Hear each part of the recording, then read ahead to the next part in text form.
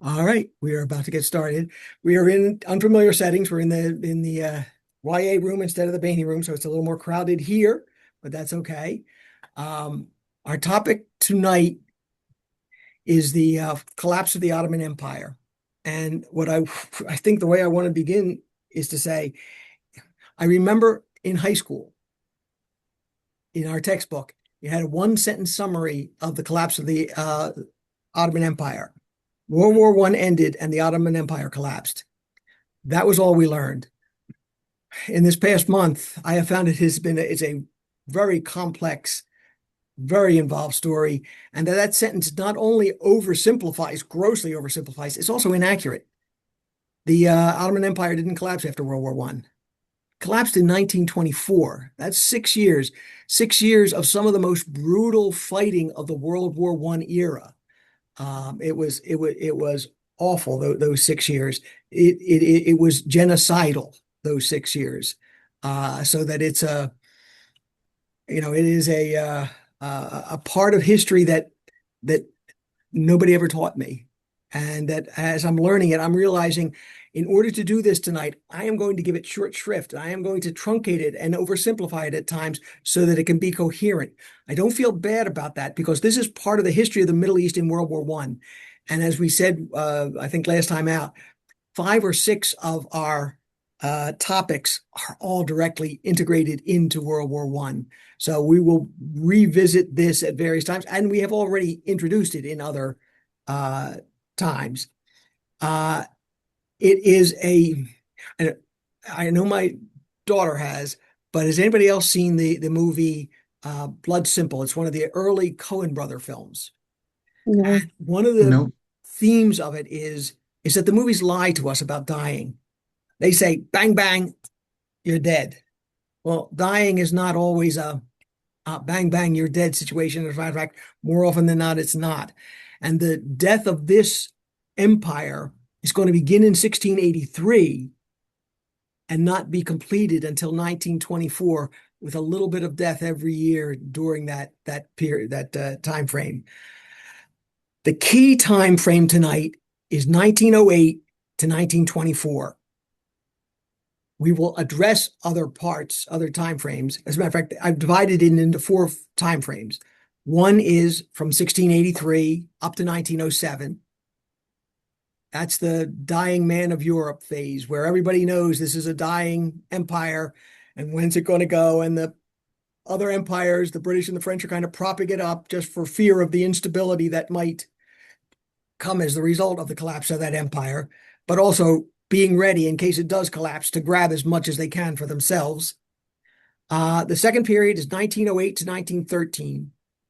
1908 is the Young Turks Revolution, one of the most important events in Turkish history.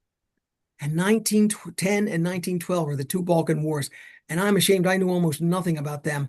But now I almost think of the Balkan Wars, 1912, 1910 and 1912, as phase one of World War One. Phase two is the war itself.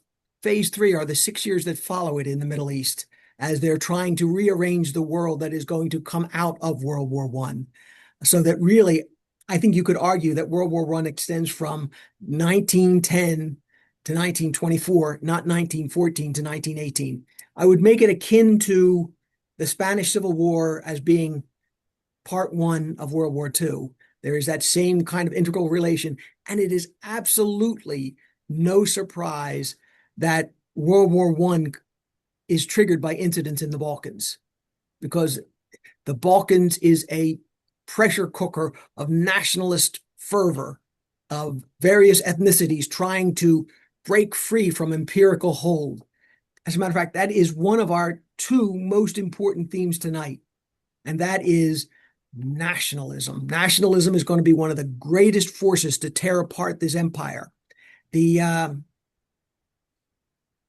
Ottoman Empire was a multicultural, multi-religious, multi-ethnic empire, and this spirit of nationalism, as each individual group is trying to create its own homeland, will tear the empire apart.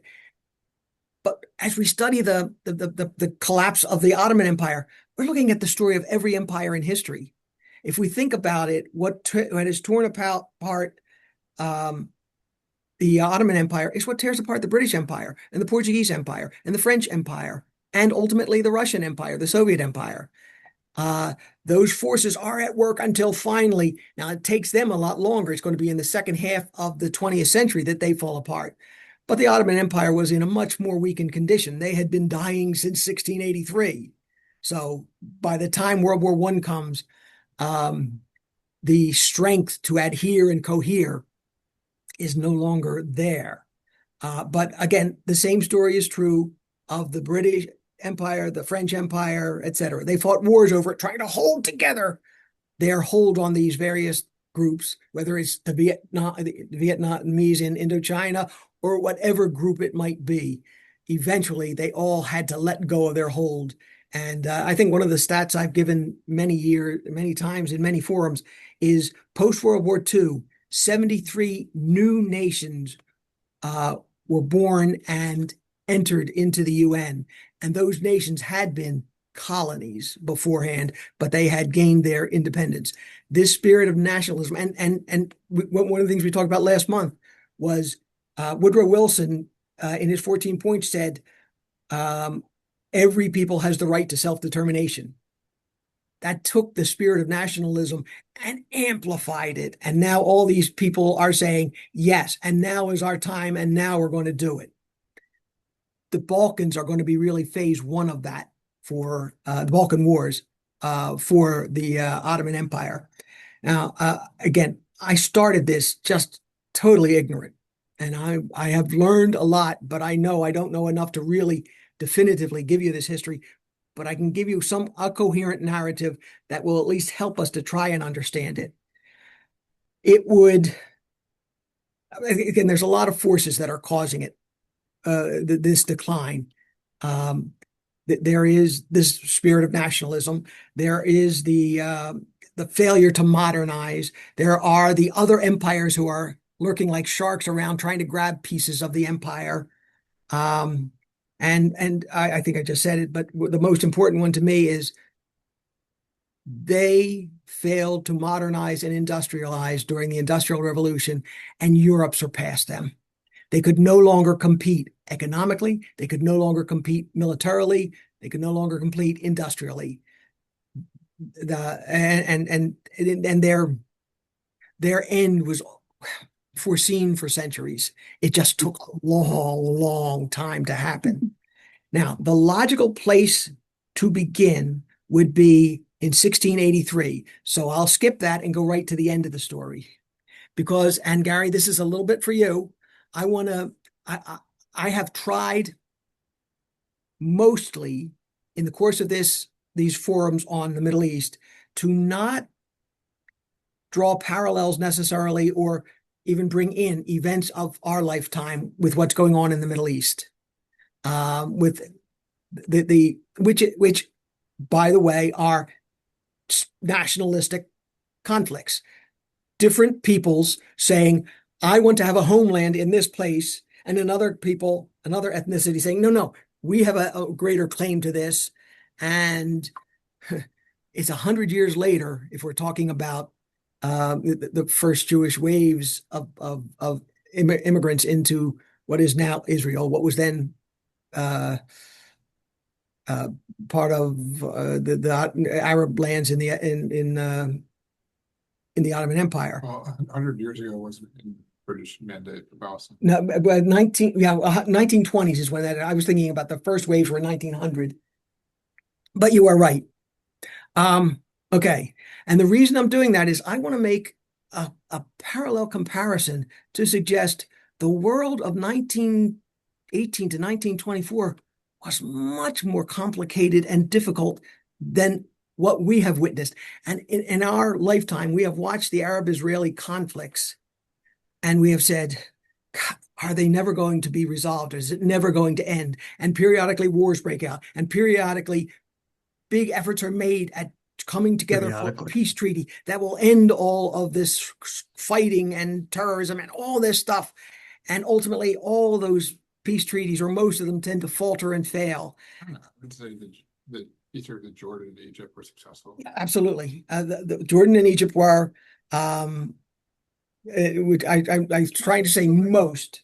I think, I think Egypt was in the 70s. Egypt wasn't. Jordan was right after the 67 war. Yes, you're And right. Egypt My was before we get too far into Yes. late 70s. what you're leading up to, you said something a couple minutes ago that I'm dying to hear you at least add a couple of comments on. When you said that Europe surpassed, the Industrial Revolution went right by the Ottoman Empire. Is that, I tend to think it's because of the conservative nature of Islam, but is that really what happened, or was there some other force at work? I tend to think that is a large factor, but I do not have a good answer to that question.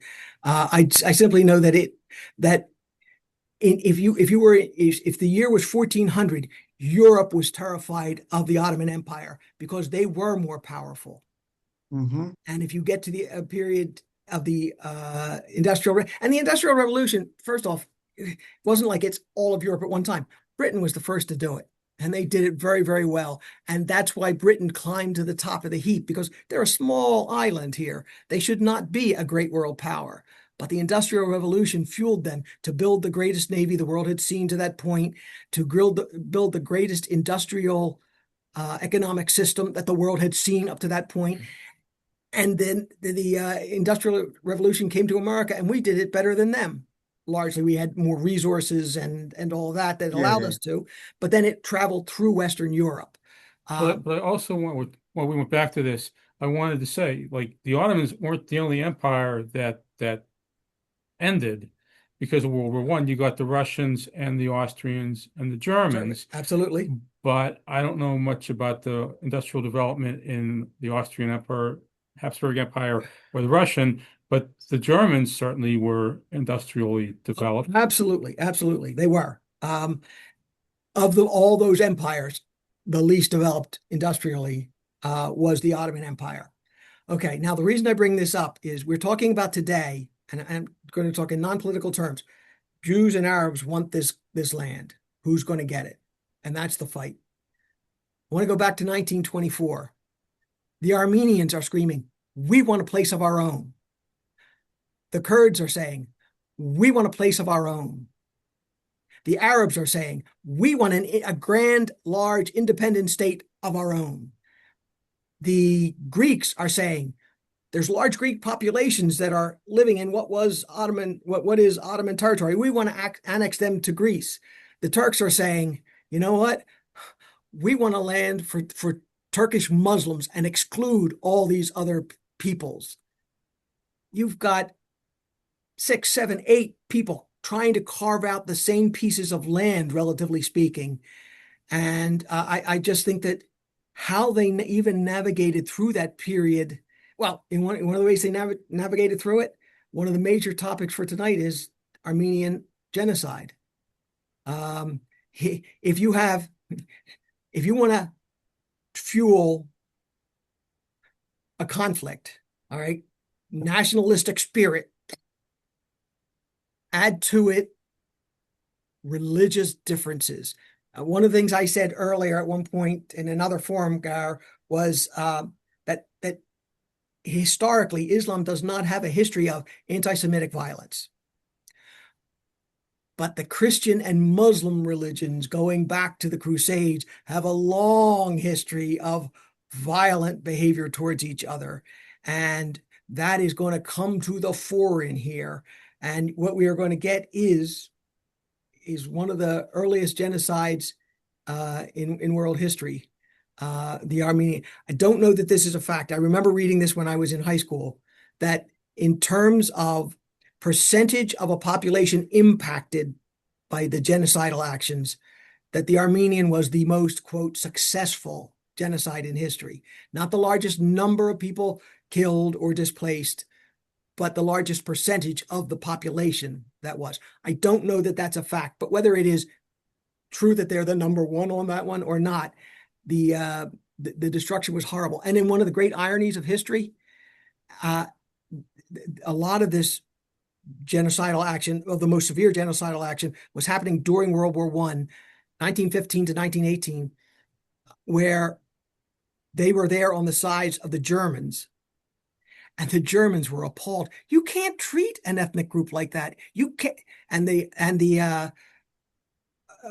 Turks had to mollify them and kind of pull back on their behavior a little bit because the Germans were so upset. Now, Germany of 1914 is different from Germany of the 1940s. You think? But it's just one of those terrible ironies that they would take what the Turks were doing to the Armenians and the Greeks, to Christians within their borders, and they would do it for the same reason. In one respect, one of the reasons the Ottomans lost the two Balkan Wars, and they blamed it on betrayal by the Christian populations who hated Turks, hated Muslims, and wanted them to lose. And so they blamed their defeat not on our incapacity, our military strength, but our failure of military vigor, but on this ethnic group. It's their fault. And Hitler would turn around and say, we lost World War I because of the Jews and because of the communists, and put those two together.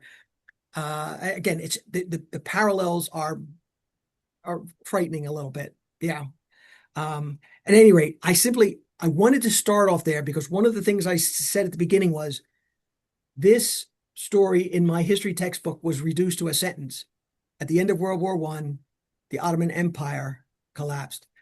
And that story of all these various peoples trying to carve out of this territory a homeland for themselves because they could not live under. Christians felt they couldn't live under the rule of Muslims. Muslims felt they couldn't live with Christians in their midst. Greeks felt the same. And of course, the Arabs also had their demands and their conflicts with Jews who were coming in as immigrants, and with the Zionist movement trying to what they would have seen as taking for their homeland territory that really belongs to us. And so you have, again, I think it's exponentially more complicated than what we have lived through. And what we have lived through has been unbelievably complicated.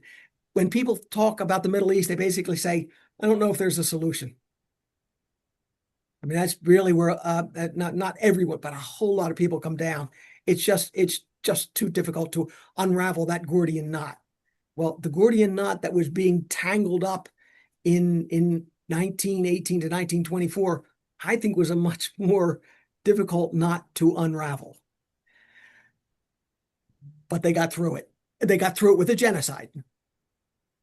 And that is it is almost not surprising. Again, if you think about nationalistic wars, they're very powerful, very emotional, and they're long lasting. If you think about religious wars, multiply that. I mean, if you think about European history, the 30 Years' War was a religious war. The 100 Years' War was a religious war. When you were fighting on the basis of religious belief. Right now, we have a situation with Iran in which I think Trump thought that they were going to fold, but they're willing to die. And this war will not be over until they stop being willing to die. And I'm not sure when that will happen. But it's the same kinds of forces. We see history repeat itself so much and in so many ways. And this is one of them. If you think you understand when you attack a people whose actions and existence is based on a religious ideology, more than a political ideology, a religious ideology, it is hard to pull them from that pedestal and say, come down here with the rest of us. It doesn't happen easily. Is it possible to happen? It will take an awful lot of decimation for that to happen. And even then, I'm not sure it will. So I started near the end of the story because I wanted to impress you that this is complicated, that this is much more of a story than Oh, the empire got too weak. Eventually it collapsed. Its power was strung out and they could no longer hold pieces together. And as the poet Yeats said in his poem, The Second Coming, things fall apart. Yes, things fall apart. And every empire that has ever lived has fallen apart. And even if we don't call ourselves empires, the United States has been a superpower since certainly World War II. Are we in a decline? And is China be the next one to ascend? And after China ascends, how long will China stay there? Will they do it for a century, for 2 centuries? And then they will collapse. And then who comes up next? It is the nature of our history. Okay. Now I'm going to go back into a more chronological way of looking at this. I'm going to start off with 1683. 1683 is something that Matt mentioned the other day. The Ottoman army came to the border of Vienna, but they lost. And it was a devastating loss. And it was devastating not simply because they lost, because it showed the Europeans were intimidated by the Ottomans. They were afraid that the Ottomans would keep expanding and take over more and more of Europe. And all of a sudden they looked at each other and said, oh, wait a minute. These guys can be taken. I'll do another movie reference, Sophia. The Sting, when what's the name of the mobster, the Irish mobster? Shaw or Yeah, Shaw, or is that Shaw. that's Shaw. Well, Shaw was the actor. They accidentally, Robert Redford and Robert Earl Jones accidentally steal money from the mob. And he's being advised, I just let it go. Don't worry. He said, no, no, no, no, no. The minute they see that I can be taken, that I have a weakness, every shark in this place is going to be after my territory. Well, that's exactly what happened. The sharks circled the waters. Now, we talked about it before. They could have attacked. They didn't. They nibbled off pieces here, pieces there, pieces everywhere. But they were afraid. There was the idea of a balance of power in the world was very important to them. And each of these countries, France and Britain and Russia, knew their place in the hierarchy of power. Any destabilization will change that balance. It might be to your benefit. It might be to your opponent's benefit. And so they were, when they could take away a piece, they'd take away a piece. But when otherwise, they would try and keep this dying man alive so that destabilization did not enter the hierarchy of world balance of power. Okay, so the answer is, why did they fall? What was part of the decline? Well, one is now they've shown signs of weakness. Two, they were involved in various wars and they lost. The Crimean War was the largest of them, but there were others. And one of the things that happened is they came out of each war weaker and losing territory. The two biggest reasons, however, are nationalism and this failure to modernize. And in terms of nationalism, they suffered, again, this is kind of a presage to what the European empires, England and France, are going to suffer a century later, maybe, less than a century later. There were various ethnic groups that they ruled over. And this is really what the story of the Balkan War is about. Balkan Wars are about, because there's two of them. The Bulgarians, the Romanians, the Serbians, the Greeks, the Albanians. All these people were living under Albanian rule, and they all joined together and said, we're going to break free. We're going to create, and the Montenegrins was another group. We're going to create our own homelands.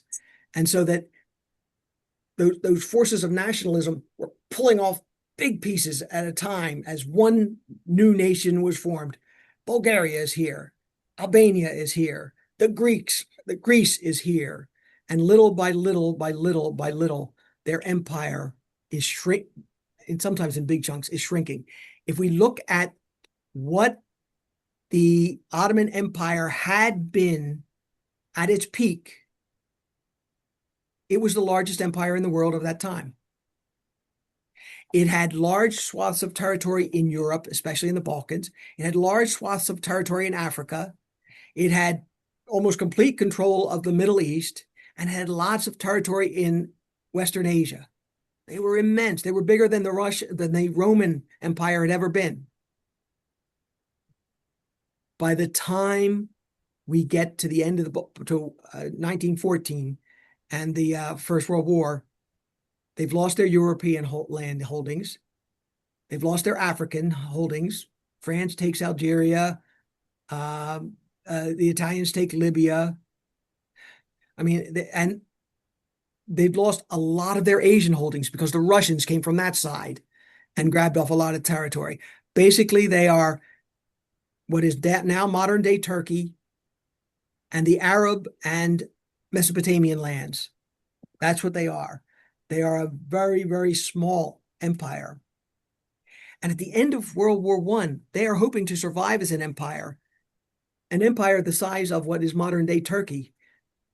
But that will be okay with them. They'll live with that if they can maintain their imperial existence. They can't. It's not going to happen. But it was a possibility. It was a very strong possibility. But the other and most important factor to me that brought them down was their failure to modernize. They didn't modernize their armies. They didn't modernize their economies. They didn't modernize their industries. And they absolutely could not compete with Europe. And what that means is they become weaker and weaker and weaker. They incurred more and more debt. And as they're incurring this debt, the British and French empires, we talked about the capitulation system. That's the birth of the capitulation system. They move in and start to control economic spheres in the various areas of the Ottoman Empire. And they create, because they have the power to do so, special privileges, economic privileges for their businesses, protections against legal. You could not try a British citizen in Mesopotamia. We'll take them home and we'll try them because they were granted that right. And yes. First, a question and a comment. When Muslims controlled Spain or part of Iberia, was that part of the Ottoman Empire or was that some earlier thing? I think that was separate. Okay. And then getting back to this failure to modernize, the Arabs, the Muslims, they were the center of science and mathematics at one point 1,000 years ago. And you're talking about how their failure to keep up.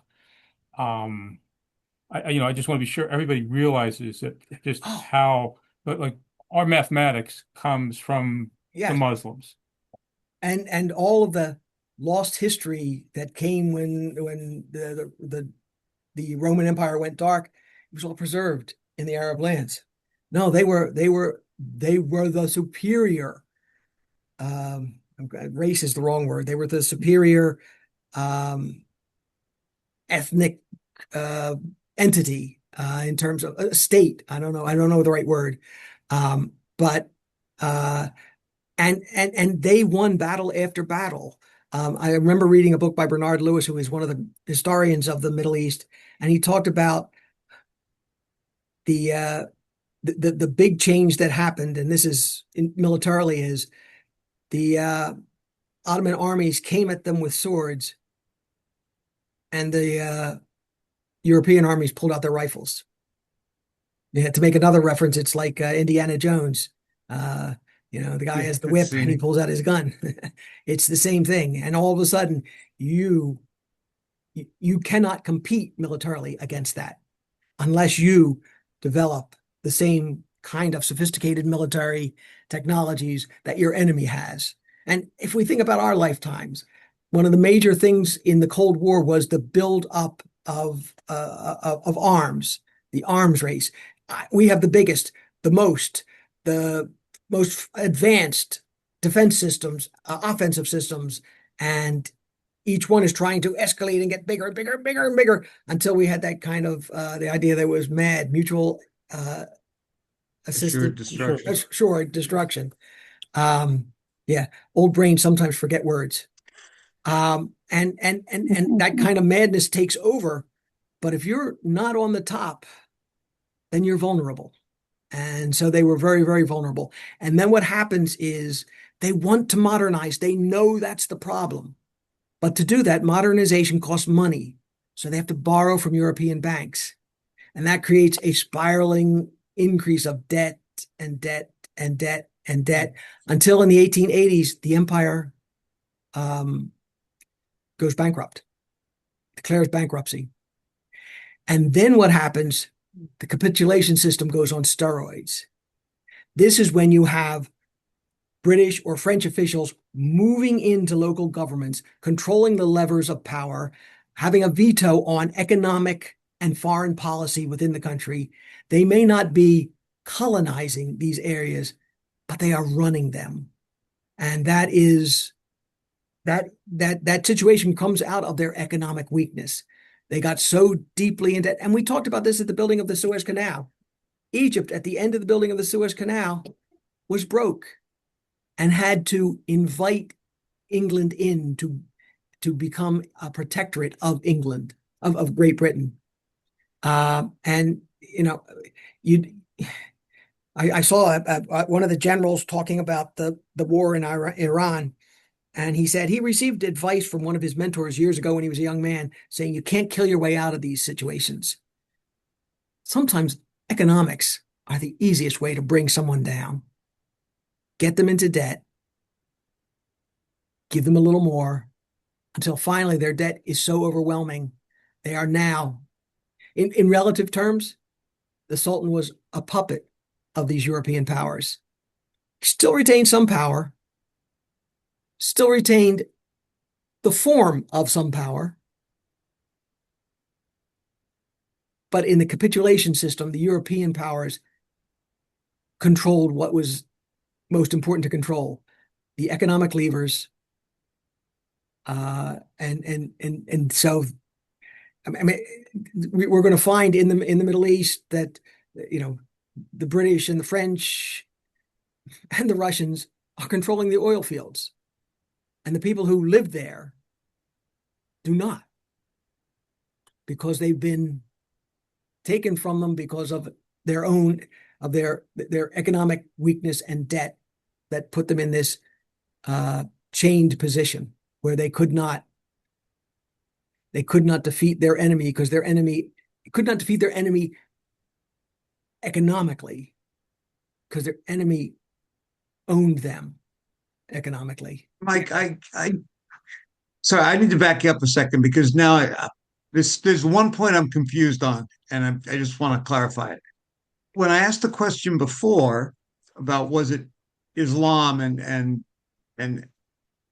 what I took away from your answer was that it was a cultural imperative in the Islamic world to not change, to stay the same for time immemorial. That's what I think of when I think of the Muslim society, as opposed to what I just heard was they were very busy trying to modernize. They did it by borrowing from Europe, and it was really more a financial collapse And again, than what we're talking here, cultural. I think I was pretty careful not to even answer the question because I don't know the answer. I suspect that Islam had a lot to do with it. But what I do know is they recognized their position of weakness.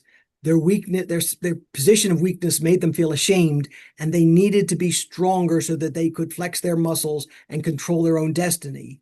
And the only way to do that, they saw, and that's been part of the conflict in the Middle East, in Islamic countries, where the Shah of Iran was westernizing Iran, and the more conservative theological elements were saying, no, we don't want to follow that Satan down that path. So there is a tension between those two directions. If we want to be strong, we have to go in this path. If we want to be righteous, we have to stay in this path. And which path do you follow? And there are battles that go on. The battle at the end of this story. I reply to what you said. Yeah, go to it. I would argue first, like just like there's a lot of denominations in Christianity and Judaism, there's a lot of different strains in Muslim, from like super conservative Wahhabis who strictly follow Sharia law, all the way to like liberal Muslims that like don't even fast on Ramadan, and accordingly there have been a lot of Muslim countries which also had different levels of conservatism over time. And I would argue also that the Ottoman Empire wasn't that conservative, like religiously. Obviously, the population was Muslim, the rulers were Muslim, but it wasn't governed with like a no compromise Sharia law. They did accept that there were minority ethnicities and minority religions, and they even let them like run certain things according to their own affairs. Like inside in the Ottoman Empire, different religions could manage their own marriages and divorce, for example, and certain things like that. So I would argue it wasn't like no compromise. Everyone has to follow Muslim law, and also I suggest that a factor in like the Ottoman collapse could be the way like large organizations tend to become complacent and slow moving. Just like a large company like IBM may not be able to adapt as quickly to like changing technology. A large organization like the Ottoman Empire may also be slow to adapt. And I would take 100% agreement with that, with one change, which is the Balkan War changes everything. In the Balkans, the Ottoman Empire had largely been, when I called it multi-ethnic, it was accepting of multi-ethnicities, multi-religious beliefs, multicultural experiences, relatively speaking.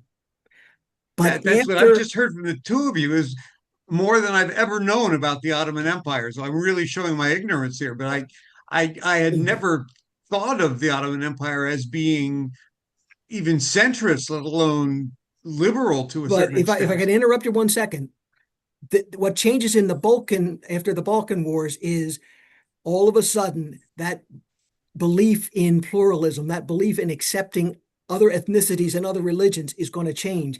There's a phrase they use, the Turkification of the empire. It was going to be an empire that had Christians in it, that had Jews in it, that had Muslims in it. The Muslims were dominant because they just were in terms of numbers, but they were accepting of. But they blamed the Christians. And there's also a history of tension between Christian and Muslim anyway. But they blamed the Christians for what happened in their devastating losses in the Balkan Wars. And one of the reasons that war is so important, that loss is so devastating, that's where their empire began. And to lose that peace, I mean, they lost all connection to Europe. And the history of their empire lost an important piece of its history. And so what you're going to see in the 1912 to 1924 is genocide. This will be a land. If you want to be a citizen here of the first rank, you're Turkish by ethnicity, you're Turkish by language, and you're Turkish by Islamic faith. And if you are not those, then we don't want you here. And we will take brutal actions to remove you, whether it's mass massacres, tens of thousands are massacred, whether it's mass deportations, hundreds of thousands are forced out of their homes and displaced. I mean, at that point, and I'm not even sure that it's really theologically based. It is emotionally based on it's your fault we lost. We can't trust you. We can't count on your loyalty. If we're going to fight another war, are you going to collaborate with the enemy? Literally in 1915, Enver Pasha, who was the prime minister, I think was his title, but whatever his title was, he was the head of the Ottomans, and he declared every Armenian in any war zone was declared to be a collaborator with the enemy and had to be hunted down and killed or forced out. So that is, I mean, I think that is a remarkably terrible change, but that's the change that happens here. And as much as we're talking about the Armenian genocide, we're just giving it short shrift. The Armenian genocide really lasts from 1893 to 1924. And next month, that's going to be our focus. We're going to focus on the Armenian genocide because there's much, much more to be said. Even to the point of the Turks do not acknowledge a genocide. They think Yeah, everything that that's happened was indeed topical. the fault of the Armenians, that they were guilty of attempts at genocide, and that the Turks were simply responding to, that they were guilty of collaborating with the enemy while they were at war, and therefore earned being treated like enemies. So one other question it's been bugging me for the last 20 minutes or so. You for quite a while, as you were beginning this discussion, you were talking about nationalistic tendencies among various groups. And I'm showing my ignorance, but I didn't think those nations existed as such until after the Ottoman Empire came apart. No, the Balkan Wars, although Greece was part of the Ottoman Empire. By the time World War I begins, they're a free nation. Albania was free. Romania was free. Bulgaria Right. was Did they free. exist before the Ottoman Empire? That's what I would have thought it was tribalism, factionalization, but your use of the word nationalism makes me Here's what I think. mean by nationalism. A people, let's use the Jews as an example, saying we need a place of our own. That's Okay. essentially what I am talking about. And when it is so fervent and deep and passionate and ardent a belief, what will you do to achieve it? And that's what pull apart the Ottoman Empire. That's what okay, I got it. The last half of the 19th century was a century of nationalistic belief, and all that Woodrow Wilson did in 1919 was put in words what was already a fire burning across much of the world. And the great European empires, the Britons and the French and the Portuguese, are able to hold them in for a longer period of time. But the unraveling is already beginning. The desire to unravel is already there. And it is post-World War II that most of these colonies are able to say, we're throwing off the chains, and we will not be your thrall anymore. But it really gets its start in the 19th century, an idea that took wing and was embraced in the hearts of a whole lot of ethnicities. One of the terrible, sad ironies of this story is the Armenians are one of the groups that gets their own country for a year and a half. And then the Russians swoop in and take them. We've had a discussion at various times, Gary, you and I, where what is the basis for a nation's right to exist? Can you hold it? If you're not strong enough and someone can take it, you lost the right to be a nation. That's not a moral question. That's a virile reality. Yes. As we come back to today with Might Makes Right. Yeah, absolutely. Absolutely. And, Israel has existed for all these years because it can defend itself. It has help, but it can. If in 1948 they were too weak, Israel dies. They were organized enough and strong enough to survive. That gives them the right. enemy Was disorganized. disorganized. Absolutely. To what? Disorganized. But and what happened is the Ottoman hold on its outer rings of satellite countries or whatever was weak. And that's why in the Balkan Wars, they're able to break free. If they had tried that in 1500, they'd have lost. They'd have been smacked down. Mm-hmm. If Azerbaijan had tried to break free of the Russian Empire in 1957, couldn't have done it. Hungary tried.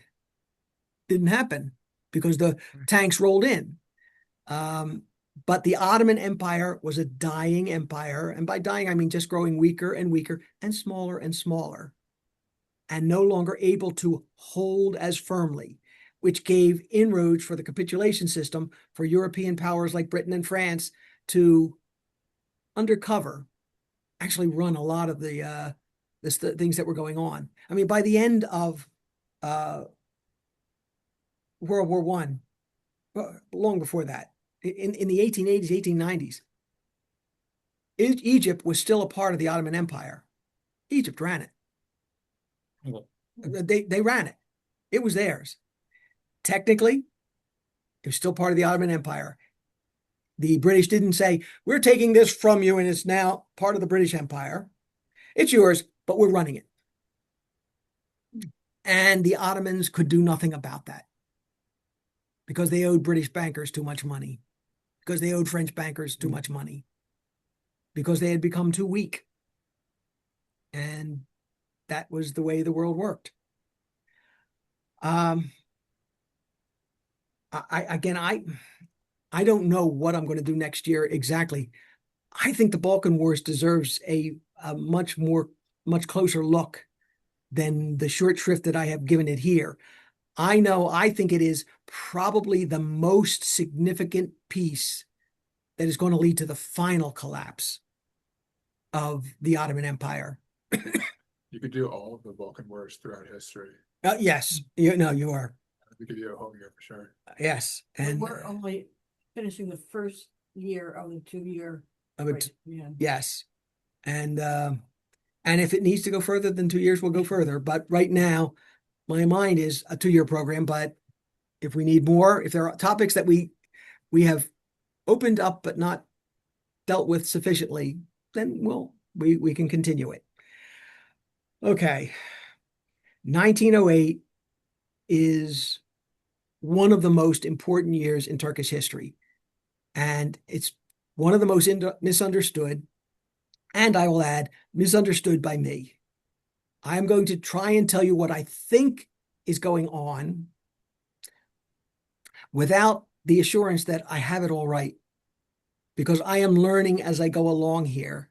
And as next month, when we start to talk about the Armenian genocide, there may be other things that come in to play that will give me another piece to add to it or a change in direction. But the Young Turks were essentially young Turkish intellectuals, largely in exile, who said, we don't like the direction the Ottoman Empire is going in. They have failed to modernize. We have become puppets of the British and the French. Our economy is in terrible shape. The Sultan threw out the Constitution. This is unacceptable. And in the election of 1908, they won. And they won pretty big. And they said, we're going to force the restoration of the Constitution, which they do. We are going to work to modernize, I'm going to call it Turkey now. It's Ottoman Empire, Turkey. It's so awkward using Ottoman Empire all the time. But we are going to modernize.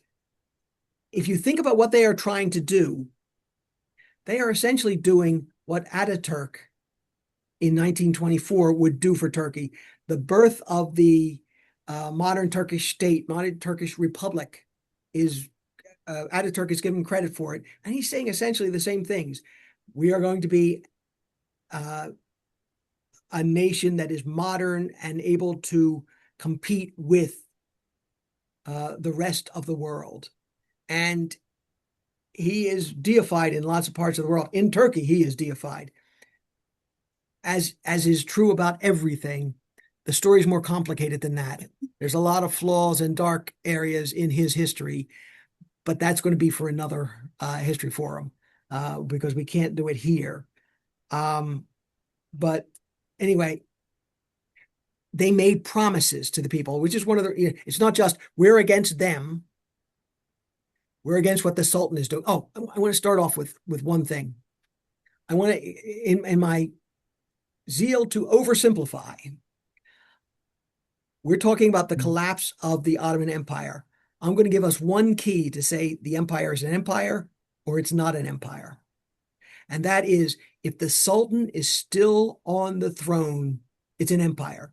It might be a small empire, but it's an empire.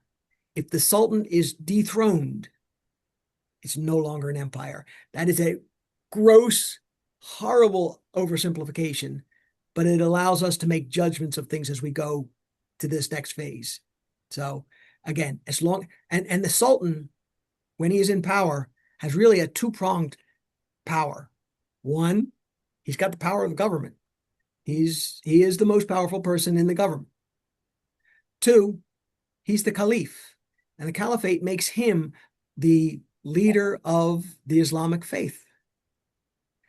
And that's a more and considering himself the leader of the entire Islamic faith in the whole world, right? absolutely, he will in the course of World War I, he will call for a global jihad because there's lots of Muslims fighting on the side of the British from India and wherever.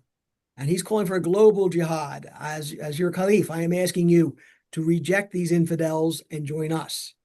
So that's real power. And that's power that even Ataturk is afraid to contradict or come into conflict with. And in most of his career, he is keeping the caliph, the sultan, on his throne, but trying to weaken him more and more and more so that he is less consequential. At any rate, they promised pluralism. They promised equality among Christians and Muslims and Jews and any other group who is here. These are really nice things to say. And again, big promise, we're going to modernize. We're going to catch up with the rest of the world. They didn't keep their promises. The Balkan War, they're going to be in power from 1908 to 1918, the end of World War I, at which point they flee the country. But while in power, they preside over 3 wars, 2 Balkan Wars and the First World War. They lose all 3 and badly. And if you want to say the 1, 2, 3 punch to knock out the empire, that's it. At any rate, you think that the Ottomans would still have fought in World War I without the Young Turks if they hadn't taken power? Hard question to answer, because what I'm going to do is evade the answer by answering a different question. And that question is, why did they join? Because this war was not about, this was not a war for the Ottomans. It was for the Europeans. Let them fight it out. But they had fears. And this is why I think maybe even without the Young Turks, they might have.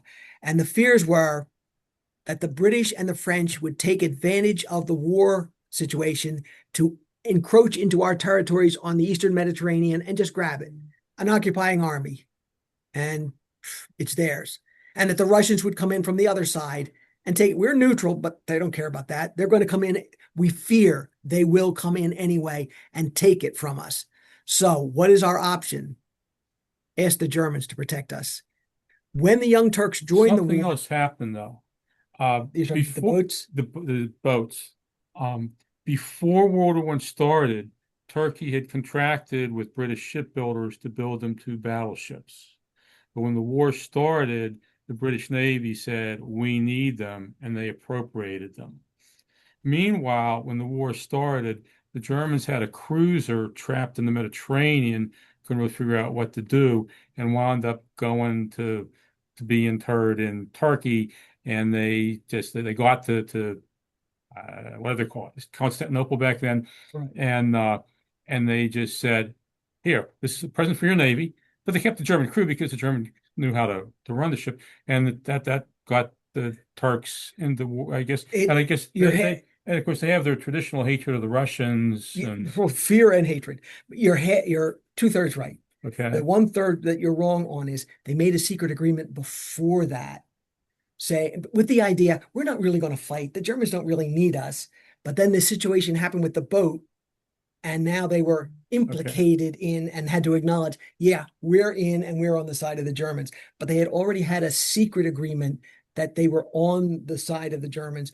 Again, with the general feeling that we're not actually going to fight in this war, but we can use the Germans as our protectors. Was the agreement signed before World War I or at the beginning? Before. They might not even thought there was going to be a war to fight.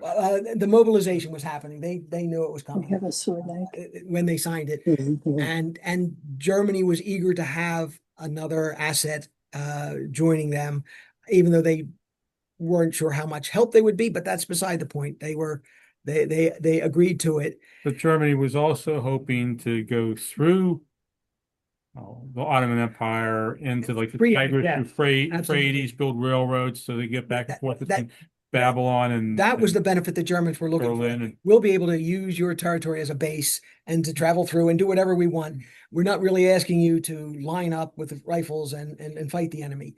It ended up they had to line up with rifles and fight the enemy. And but it certainly was not in Britain's interest to piss off the Turks. They should have given the battleships. Think how much they lost fighting the Turks. In retrospect, you are right, but the British Army was short-handed in terms of boats. They needed them. They knew what was coming, and they knew we're not going to be able to. One of the great things about Americans' involvement in World War II is even after the Japanese knocked out so much of our Navy in the Pearl Harbor, we were able to rebuild so fast and even industrial resupply capacity. our allies. The British could not do that. They were at this point no longer strong enough to accomplish that. So these two boats, even though it seems trivial, were very important to them. And it was Churchill's decision. Take them. We're not going to give them to them. Mike, one other thing you had mentioned a little bit ago, I'm curious how much of an impact it had on all this. When this global jihad was called for by the Caliph, was it successful? No. I mean, so you didn't have an uprising from all these different countries where you did not. Okay. What was it successful at its moment? No, it was not at all. But do I think it had an impact on Gandhi's movement for a free India? I think it did there, because essentially he was saying, why do you want to fight alongside these infidels? And that's a notion that doesn't leave them. Now they're not ready just right in the middle of a war to jump ship and join the other side. But I do think the idea had some reverberations, some repercussions in there. That's just speculation on my part. That's a great answer. Thank you. Yeah. Okay. They joined the war because they thought the Germans could be their security. But they also said, we could get something out of this. They think the Germans are going to win. If the German wins, we still have this debt load that we owe Britain and France and all their bankers. We're going to erase those debts. Oh, what else are we going to do? Oh, that capitulation system? Goodbye. Leave. You no longer have this power. It is the cost of your doing war with us. You're going to lose those things. If you can remove their debt and you can remove the capitulation system, maybe they have a chance to modernize. Maybe they have a chance to catch up to the rest of the world piece by piece, but with German help and German putting money in. I mean, one of the things the Germans were getting pissed at the Ottomans, because the Ottomans kept saying, we need more money. We need more money. And Germany kept feeding them money and saying, it's enough. We got other things. I think soldiers. Soldiers, yes. But in the end, the Ottomans fought well in World War I. They held the Allies to a standstill for a long time. And it surprised them, because it's the nature of imperialism. This is my belief. Imperialism is inherently racist in that it says we are superior to you and therefore have the right to govern you in a paternalistic way, in a brutal way, whatever it is. Our superiority grants us that right. And I think they looked at the Arabs and said, they can't put together an army that means anything. They'll never match us. Yeah, I think it's the same thing. British and French Empire, just like the Ottomans, are getting complacent. They also were. Yeah. We've been empire for so long; it can't be that hard. Yeah, and the United States and Vietnam. What can Vietnam's on the map? It's this big. What can they do to us? Another factor, possibly both for the Ottoman Empire and Vietnam, is, but in World War I, like they'd already lost the Balkans, they'd lost Europe. Yes. And pretty much Turkey was the only territory they had left. So it's like that was like the homeland, the last fortress. There was nowhere else to go. So when you have nowhere else to go, you're always going to fight harder. Yes. And then we get to, their idea of They also said we're going to make the country more and more democratic. Well, what happens is their power begins to slip. They lose those wars in the Balkans. In order to win in 1912, they steal the election. They send troops to intimidate voters from voting. They use violence, intimidation, voter suppression, and they win the election in 1912. But now it's a new agenda. The agenda is the Ottoman Empire for Turkish Muslims. This idea of pluralism, this idea of acceptance, this idea is out the window. And this is going to be the bait. I said earlier, the Armenian genocide, it's generally framed from 1893 to 1924, although there's examples before then. But the 1915 to 18 and then the post-war 6 years are maybe the most violent, most genocidal of the actions against Armenians and Greeks, against Christians in general, because Christians cannot be trusted. Their loyalty cannot be trusted. They are the enemy within. And what is happening here is all the basis for what is going to happen in the post-World War I era. Again, Turkification is a key word here. All of a sudden, what had started off as idealistic, we're going to be the leaders of the new democratic wave in Turkey, becomes anything but that. And the Young Turks are going to go after. And one of the things that happened is in the Balkan Wars, those countries that were freed, Bulgaria, Romania, etc., were largely Christian with significant pockets of Muslims living there. And those Muslims were treated very harshly and brutally in that war.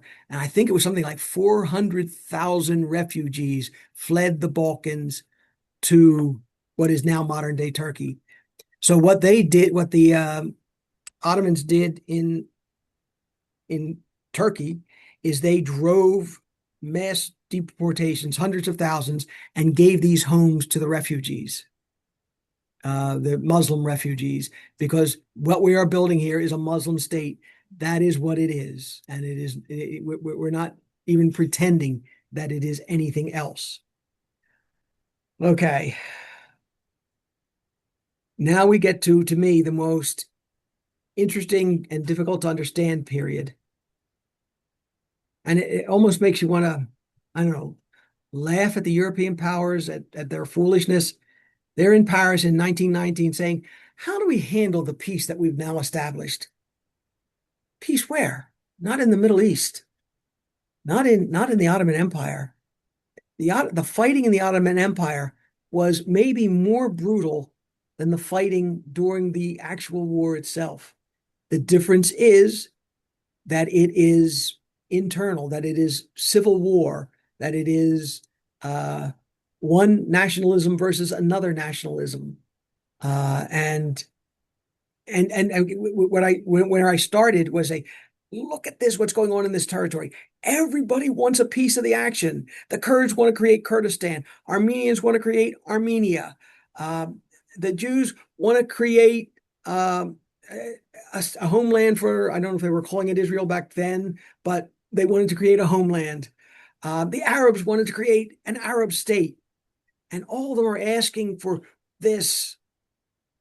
And I'm leaving out some groups here, but that's irrelevant. What is really important is, who cares what they want? The people in Paris don't care what they want. What do the British and French want? The Arabs want to create an individual state. They, in fact, do it for a moment. They call it Syria, which is a larger area than Syria, and name Faisal, the man we've been talking about a lot in these forums, name him the king. And the British go to the Sultan and say, cede your Arab territories to us immediately. And the Sultan has no power, but thinks he can preserve at least what is modern day Turkey for the Ottomans. So he gives them that land to them, and they dethrone Faisal. and they say, we have other ideas for this land. This land, we want to have control of the oil. We're not going to have an independent Arab state there. This land, we want to have because it protects our roots to our Eastern empires in India and in East Africa. And it protects the Suez Canal. So you can ask for what you want. Kurds, do you deserve to have a state? Yes, you do, but you're not getting one. Arabs, do you deserve to have a state? Yeah, you do, but you're not getting one. They're not the decision makers. And we talked earlier, when do you have a right to have a state? When you can take it and you can hold it. They can't take it and they can't hold it. And, it is one of my prejudices. States are not moral actors. They act on what they want, what they need, what their interests are. And would it be right? Now, the Armenian horrors had gotten such international attention that Armenia, for the space of a year and a half, got a piece of the action. They got a piece of territory to call Armenia. Oh, and this is something else I want to bring in. It's a little bit different. I want to talk about Russia here. Russia pulled out of World War I because of the Russian Revolution, and then the Bolsheviks take over. But who is now leading Russia, the Soviet Union? Stalin. Well, No, at this point, it's Stalin. I'm going into you're the going 20s. to, okay. Yeah. Yeah, Lenin is first. You're right. But Stalin is. And I don't know, by some definition, some people might call Stalin a Bolshevik or a communist. I don't. I call him an imperialist authoritarian. And he's using imperialist models. And he is looking at the Ottoman Empire crumbling and saying, we want pieces of it. Now, they give it it's so that we can proselytize. It's so that we can expand the revolution and help the workers in more and more areas of the globe. But it's a grab and a take. And again, I look at Stalin as if you want to judge whether communism is a good economic system or a bad economic system, you don't judge it by the actions of Stalin. Stalin was an imperialist. Stalin was an authoritarian. Stalin was a thug, and that's different from an economic system. You could make the case that maybe it's a failed economic system because it always leads to dictators taking over. I think it's more of a religion because the- they wanted to replace religions with communism, and then with the Great Commission of acts, they wanted to spread it through the Communist International. And I use the word proselytize because it is proselytizing. They do want to expand. Right. But I hold back from as strong a judgment as you made. I can understand people Lots of making people that try to judgment. make it work, Yeah. but it always seems to end in the same place. There are smaller. Communism probably works better in a smaller country. For it to happen in Russia, which is so immense, or in China, which is so immense, it doesn't seem to me a viable system. But in a smaller The best country, example, Mike, the best example of functioning communism any place in the world. Communism is fine. Communism works. The problem with Russia and China is not communism, it's the leadership and the corruption. The best example of functioning communism is the kibbutz movement in Israel. That's exactly what a kibbutz is. Everybody puts in what they can and take out what they need.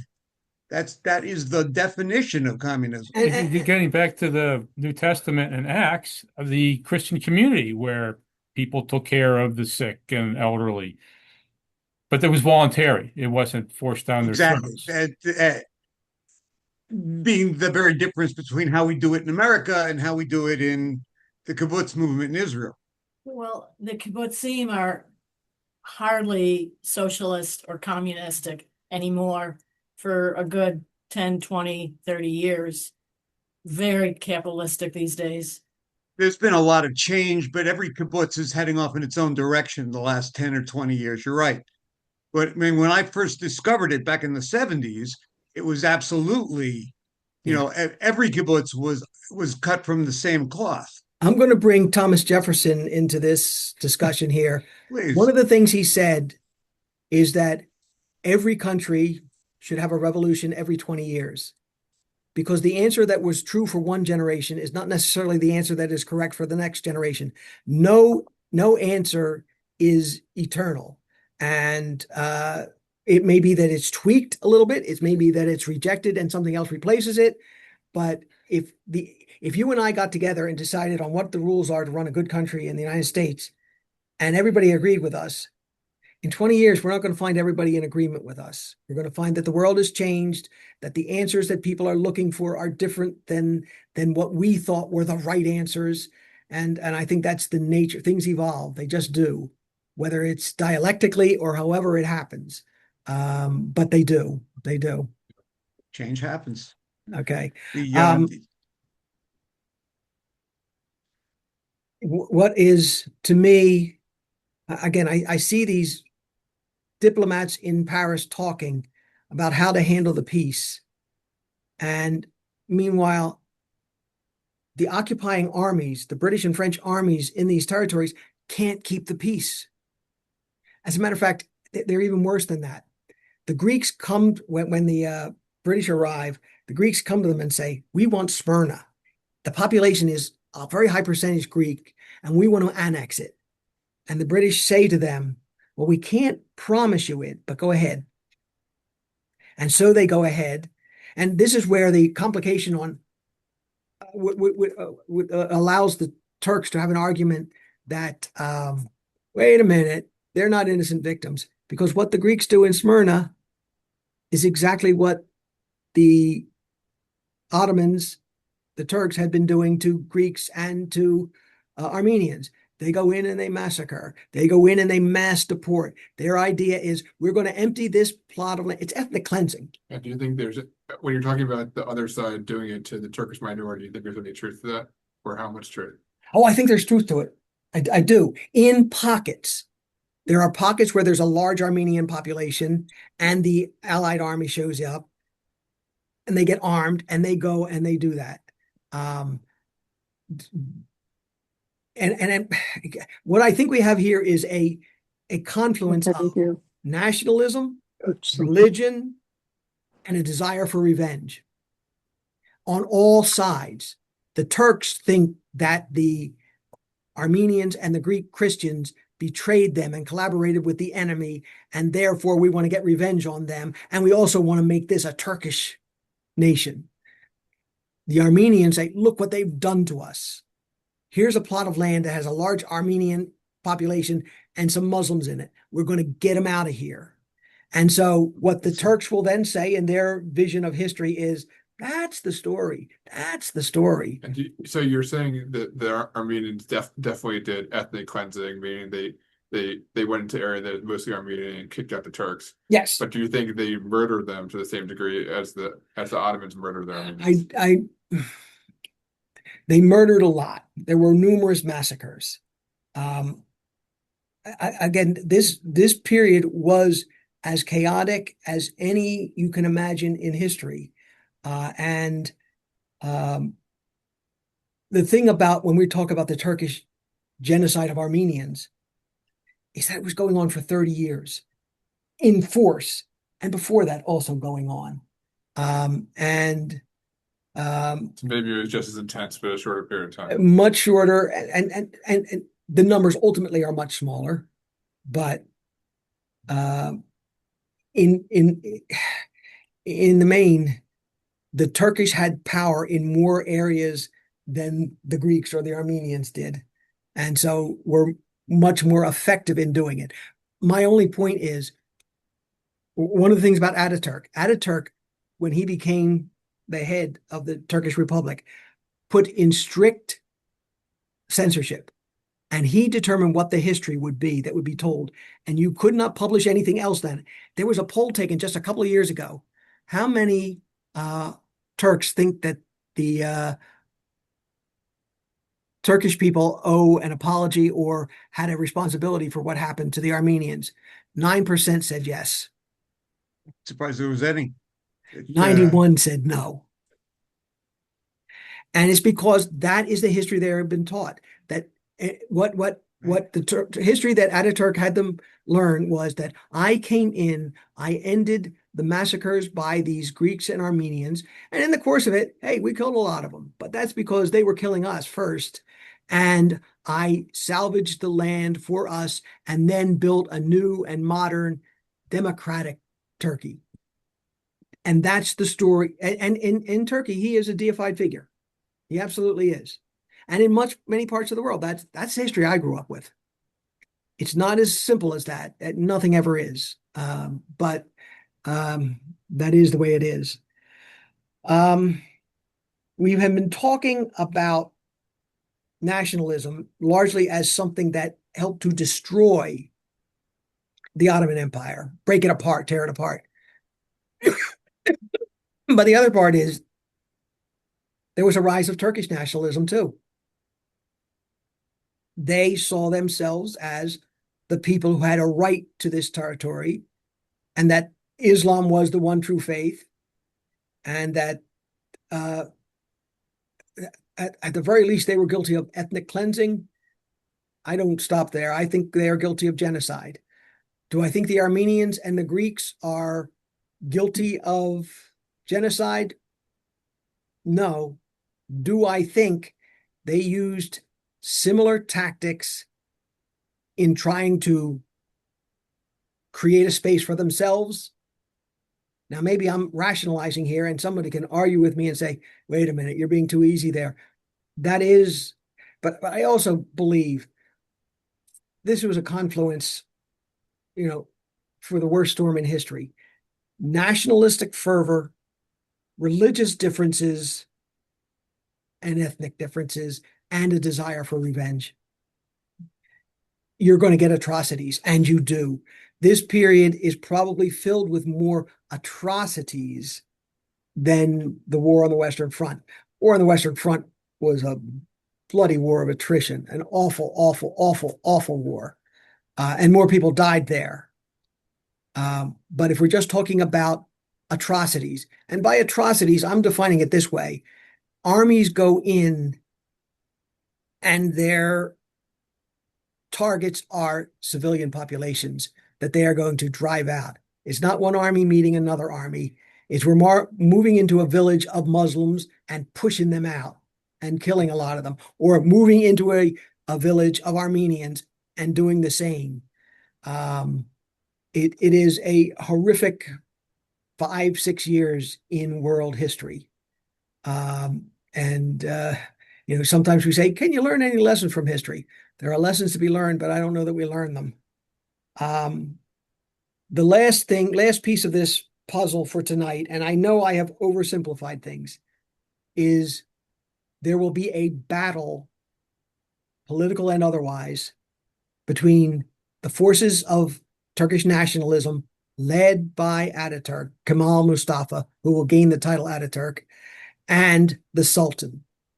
Eventually, Ataturk consolidates more and more power, and in 1924, he removes the Sultan from the throne. One of the things I said earlier, when the Sultan is no longer on the throne, it's no longer an empire. Right. He's no longer on the throne. Now it's a Turkish republic. Is it democratic? Not under Ataturk. It may eventually work its way there. But Ataturk maintained his control firmly and used whatever powers of government he needed, from censorship to other measures. And he also accepted the need, and I'm going to call it what I think it is, for ethnic cleansing, that we needed to get, that what we did in getting rid of the Armenians and Greeks was to get rid of an enemy that was trying to destroy us. And that is the history that they are taught. And that one of the big problems with history is I can teach it any way I want. I can marshal my facts and throw my interpretations in it, and I can say one thing and you can say another. I can only tell you the way that I see things, which is what I have tried to do tonight. Next month, we're going to do the Armenian genocide. And I know it seems like we've talked about it a lot tonight, but it merits attention because it's a much longer struggle and a much terrible more terrible prices were paid than we've discussed tonight. But I'm going to stop with the crowning moment. We've established a Turkish Republic. I think next year I'm going to look at Ataturk in one of our forums and see what was that Turkish Republic like. Can I ask how long did Ataturk remain in power? I forget. He was there for a while, for quite a while, but I don't remember. I stopped myself short because I didn't Too want much. didn't want to get into Ataturk other than in very general terms, because this is, again, I started this by saying my history book told me in one sentence, World War I ended and the empire collapsed. It's a bigger story than that. And I guess this would be a topic for a whole nother lecture. What was going on in Arabia at this point in time? I seem to remember the year 1924 has got something to do with the creation of Saudi Arabia. Yeah, I haven't, at this point, for some reason, Saudi Arabia hasn't caught my attention yet. The month after this, we're going to do the state building of Iraq by the British. Okay. And then I have to come up with what I'm going to do next year. I know what a lot of the topics are going to be. I'm also going to break my own rule. My rule was I wanted to say pre-1948, but I want to do Algeria. And that's in the 50s. But the French battles over Algeria, to me, are one of the most significant and important stories of the 20th century. And I'm interested in it. And so I'll break my rule and I will do that. I also argue if you want to break that rule, you could also go to 1967 for the Six-Day War, because I think that was also definitive in the modern Middle East. Yes, the one thing that I have been trying to do is right now talk about things other than the Arab-Israeli thing. One place I am thinking about doing is the British in Kenya, which I'll also tell you, one thing you said, Mike, I'm sorry. One thing you said before that if nothing else, you and I have to talk about offline. Your comment about imperialism, analogizing it with racism, because that to me sounds like the people who are screaming that Zionism is racism. And I seriously have a problem with that comment. So I see, Zionism is very much imperialism before the fact, so to speak. I mean that today there are plenty of Zionists who are there in Israel and plenty of Zionists all around the world who are very protective of the country. And to me, Zionism is a flavor of imperialism. Let me put it that way. And I'm going to mostly not answer you, but say it is a problematic issue. It's defined a number of different ways, and I'd love to hear yours. Yeah, and I mean, it is a colonial enterprise, Zionism, and you've heard my opinion on colonialism about a million times in the course of these things. So, do I have issues with it? But if it's colonialism, it doesn't have a home country. It is colonialism in the sense of, and Ben-Gurion called it colonialism, and Herzl called it colonialism, because what they knew is if we go into this territory, here's the essence of colonialism, and there's already a population there, in some manner or other, that population has to be moved out. Well, first of all, it's a really good point. It's colonialism, but there's no homeland they're leaving from. There's no old country. Yes. But so that's a really good point. I would also say like colonialism, like part of the people think of it as like being ruled by a foreign power, which it usually involves, although like a foreign country. Although Israel is an exception to that because they came in, but there's no foreign country. No. But really colonialism is you're establishing colonies, and what is a colony? It's a group of people usually with farmland, and you're sending people from the old country to the new country to establish farms, establish businesses, and then once you establish communities, you establish a government. So you under that definition, it's definitely colonialism. And then you said yourself they consciously knew it was that. Yeah. And again, it always comes down to power. If you can, it's yours. If you can't, it's not. Do I think Israel has a moral right to exist? No more than any other country, but they can Great. do it. Do I think you could argue that the United States took this land from the Native Americans? Should we, do we owe it back to them? On a moral level, yes, we do. Is it going to happen? No, it ain't. Of course. You remember it was a high school civics thing. The answer to the question, when is a revolution legal? The answer is When you when it win. succeeds. Legal. Legal. Answer? When it succeeds. Succeeds. Succeeds. Yeah. That's all revolutionary actions are, fighting an existing regime. They are illegal by Absolutely. definition. Absolutely. Well, they're illegal by definition under domestic law, but you could make a case that some are justified under international law, some are not. Yeah. But, you have the right to revolt if you're being repressed, for example. Yes. And Yes, I'm a globalist like you are, but that's I'm talking about in the trenches, country by country, as acknowledging that individual nations have their own sets of laws. It's just, I mean, it was just me reflecting back at Mike what I was hearing him say. That's all. I think that racism at its, in broad strokes, racism is the belief that others are inferior to you. And I don't think that's the definition of imperialism. Imperialism, I think, is far more economically based than anything else. but it is part of the decision. Let me bring Thomas Jefferson back into this. We always talk about Andrew Jackson as the man who hated Indians and was the president with the worst record in terms of treatment of the Indians. The one who drove them off of their lands first was Jefferson, and he did it because he said, if we leave the land to the we didn't call them Native Americans, to the Indians, they will feed themselves. If we take over it, we will feed the world. Therefore, we are making superior use of the resources and have a right to push them out. Yeah. We're talking about the generation of Americans, the founding fathers, most of whom owned slaves. So, it's the world has changed. Our definition of what is moralistic has Absolutely. changed. And when we talk about Israel being an imperialist or colonial action, the establishment of the state of Israel, all of these theorizings were done in an age of empires. So you think in terms of how the world works, world in which you are living works, and you follow those models.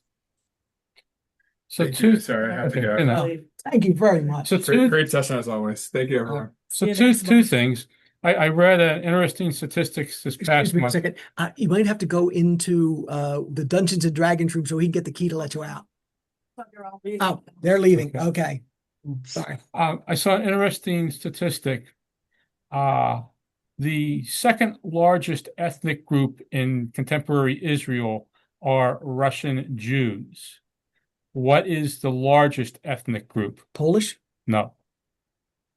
I would have said the Sabras, the native born. Not true. Arabs. Oh, okay. It's not. I was looking as a function Who of yes. The ones that live there are treated as citizens. Yes, They have one rights. third of Israel's population is Arab.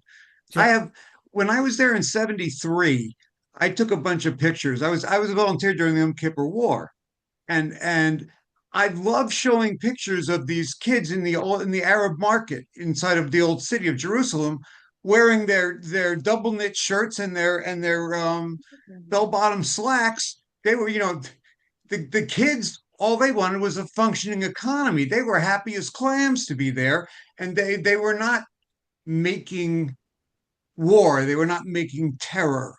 That doesn't come from inside of Israel. Did you ask them? Because you made an assumption. You made an assumption. Did you ask them? Yes. I can't hear it. I'm sorry. Did you ask them if they were okay, or did you just assume by how they were dressed and looked? No, I had, my God, I was there for 6 months. I Oh. had countless conversations with, when you walk through have you been to the old city? Have I been where? To the old To the city. old city of Jerusalem? No, but I'm asking you, did you ask them? No, my answer is yes, in that you cannot avoid constant conversation. When you walk through the old market in Jerusalem, everybody is pulling at you because they're trying to sell their wares. When you ask And them, you what are did they say? constantly getting into conversations on a miscellany of different subjects. The general sense I took away from the market was everybody was perfectly happy with the hand they'd been dealt. Gary, was- but how do you believe that whatever they told you was the honest truth? Because it's different when a person talks to a stranger. If I talk with somebody from the street, they are not gonna pour their guts on what they really believe on me when I meet them for the first time for 15 minutes. I don't know. It's interesting the way those two comments just came at me. First, was I informed? Now, yes, I was informed. Oh, you didn't really believe it, did you? That's No, of no, course but I believed it's it. not that way. It's- But it is that, like, I think, like the same way that, let's say we go to a school and we hear and we see that black kids and white kids look happy and they play and they don't seem to have any problem. But we do know that the reality is a little different than that. These kids were working alongside of their parents who were wearing the religious garb, and the women were all dressed in their hijabs, and they were in constant battle with their parents, much like American teens were in battle with their parents in the 60s and 70s. My general So response, Gary, would be not to assume homogeneity, that what you see represents the broad swath of non-Israeli, non-Jewish citizens in Israel. There will be some who will be economically well placed and doing very well and being very happy, and there will be some who are angry at feelings of being second-class citizens in some way or other. And there'll be, there's going to be a broad like swath of for feeling. purposes of discussion, you have to know enough about me at this point to know that if I'm making a point, I'm not saying they're all like that. I mean, Sure. I realize that every society is diverse. Of course, Sure. I'm talking about what my experience was relative to that population. Mm-hmm. And it's the same experience I had when I was there last year. I mean, the Arab population inside of Israel is not at all unhappy with the state of Israel. They're just not. The bottom line is they're like every other human being on the planet. They want a functioning economy so they can eat and have a roof over their head.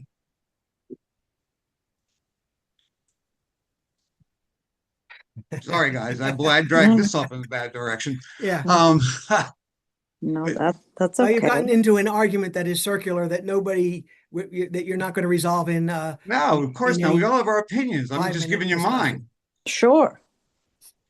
All right. So the second thing I wanted to say, I had no idea the first thing was going to go on for 10 minutes.